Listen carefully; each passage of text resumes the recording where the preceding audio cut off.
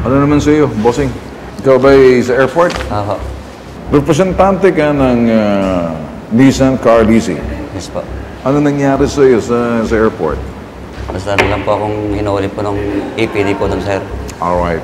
Duty po kasi ako nung maganap po yun. Sa NAIA? Naiyawan po. Alright. Hanggang alas 2 po. Ano nangyari? Wala kang pass? May pass ka? Meron? Wala po. Lahat po kami hindi nakakuha nung araw na So yun, hindi sir. ka nakakuha ng pass. Yes, sir. Biglang may lumapit sa iyo, airport police, tinanong kung anong kumpanya ka. Yes po. Alright. Kinuha yung ID mo, tapos sinabi, illegal. Aha. Solicitor. Illegal solicitation. Apo. Dahil wala kang pass. Apo. Sa puntong yun, tama sila doon. Kasi unang-una, ang sino man na binibigyan ng pass, may karapatan na pwedeng pumasok doon. Doon sa partong ito, pabor sa kanila yan. Sir.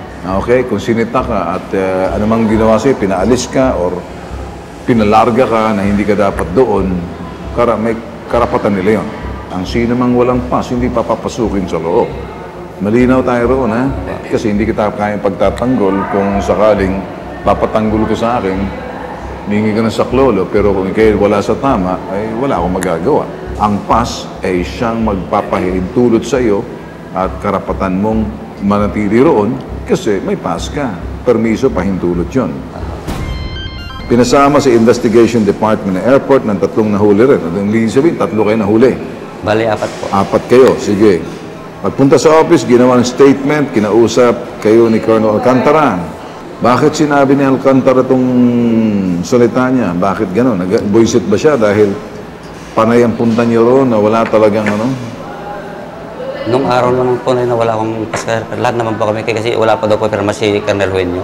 Oo, kinakailangan, mag-aantay kayo ng perma. Kung wala pang perma, hindi dapat kayo muna tumambay. Doon, lumabas po ako sa airport, sir, sa greater area na po ako niyan. Doon sa sunduan, sir, sa may mga sunduan na po, doon ako sa labas. Okay. Wala po ako sa airport sa loob. Okay. So wala ka sa airport sa loob, pero sa labas ka. Pero nasa airport, ano ka pa rin, vicinity. Yes, sir. Ang ibig sabihin, dahil wala pa rin kayong karapatan, hindi lang doon sa loob ng airport, kundi bawal pa rin kayo sa paligid ng airport kasi wala kayong pass. Bakit bawal? Kasi hindi na pinahintulutan sa labas, sa loob, sa vicinity ng airport hanggat wala kayong pass, hanggat hindi pinipirmahan ni Colonel.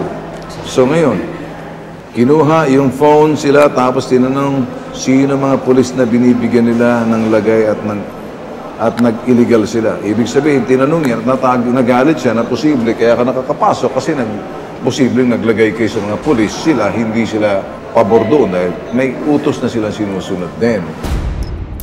Nagalit si Colonel Alcantara sa head ng investigation kasi may mahigpit na utos sa NAIA 1 na walang solicitation of passenger ang mga sasakyan ng leasing ng Nissan lease. Kasi hindi naman kayo taxi. Sir. Di ba? Leasing kayo. Ibig sabihin, leasing na yun, walang unmarked kayo. Di ba? Wala kayong sa Nissan leasing yun, di ba? Yes, sir. At yung Nissan leasing dapat, kung transport representative kayo, ano bang itsura ng sasakyan nyo? Itim, puti? Puti po. Puti lang, wala. Okay. Okay? Tama. May ID ba kayo? Mayroon po. Yung Nissan leasing, kayo ba may pahintulot na tumigil sa airport? Kasi kung may pahintulot kayo tumigil sa airport, dapat alam din ng Nissan leasing na tumatambay kayo sa airport na hindi dapat. So, anong ibig sabihin ng Nissan leasing?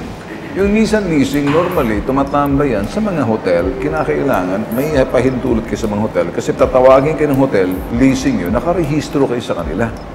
Para maiwasan yung kriminalidad. Yun ang ibig sabihin yun. Kasi pwede kasing pumila yung mga hindi kasama doon na walang ID, pipick up ng pasahero, tapos maniningil ng malaki.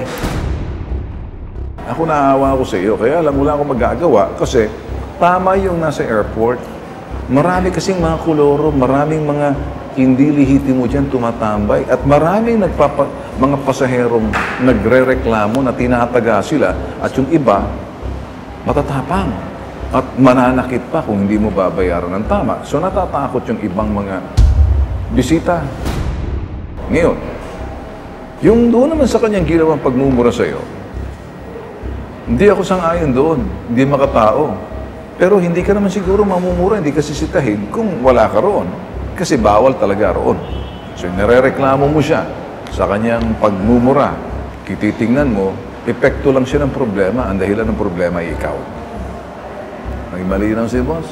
Sa ibang bagay, matutulungan kita. Sa bagay na ito, mahihirapan ako.